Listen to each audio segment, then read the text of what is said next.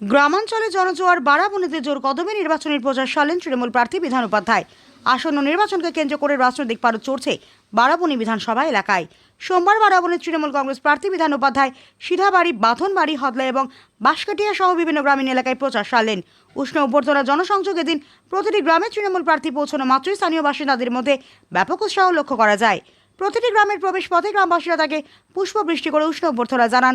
সাধারণ মানুষের এই স্বতঃস্ফূর্ত সাড়া দেখে অভিভূত প্রার্থী বাড়ি বাড়ি গিয়ে মানুষের অভাব অভিযোগ শোনেন এবং উন্নয়নের ধারা বজায় রাখার প্রতিশ্রুতি দেন।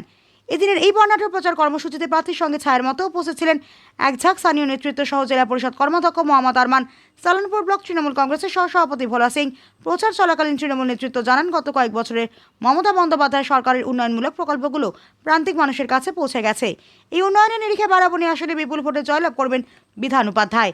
অন্যদিকে প্রার্থীর এই নিবিড় জনসংযোগ বিরোধীদের কপালে চিন্তার ভাঁজ ফেলেছে বলে মনে করছে রাজনৈতিক মহল।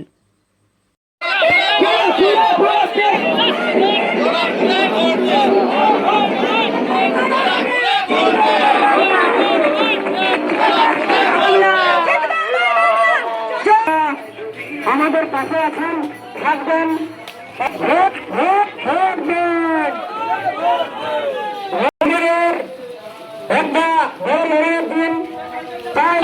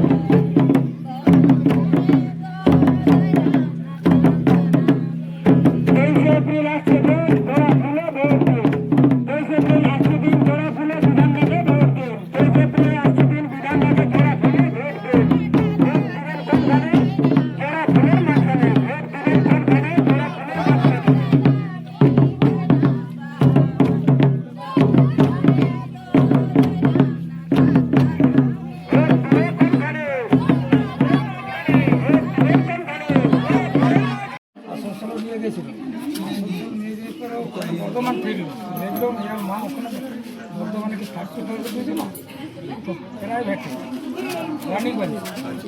এখানে এখন তো একটা লাস্ট হালকা ওষুধ দিয়েছিল 2 বার, আর পরে ডাক্তার খাইয়ে শেষ করতে পারে। মাথানবাড়ি, সিধাবাড়ি, বদলা, ধনুডি, মানে ডোর টু ডোর। কেমন ছাড়া কেমন পাচ্ছেন? মানুষ খুব ভালো, মানুষ তো সব বেরিয়েছে, মানুষ আসছে যাচ্ছে, মিছিলও প্রচুর, মানে যে গ্রামে ঢুকছি মিছিল করছে। দাদা বিরোধী